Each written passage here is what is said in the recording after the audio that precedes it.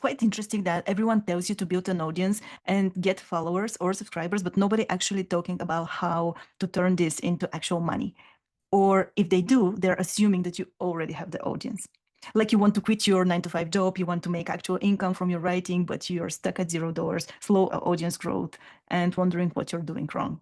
That's the reality of many creators. Now, I went from $108 per year to more than $5,000 per month in just 1 year after I have started.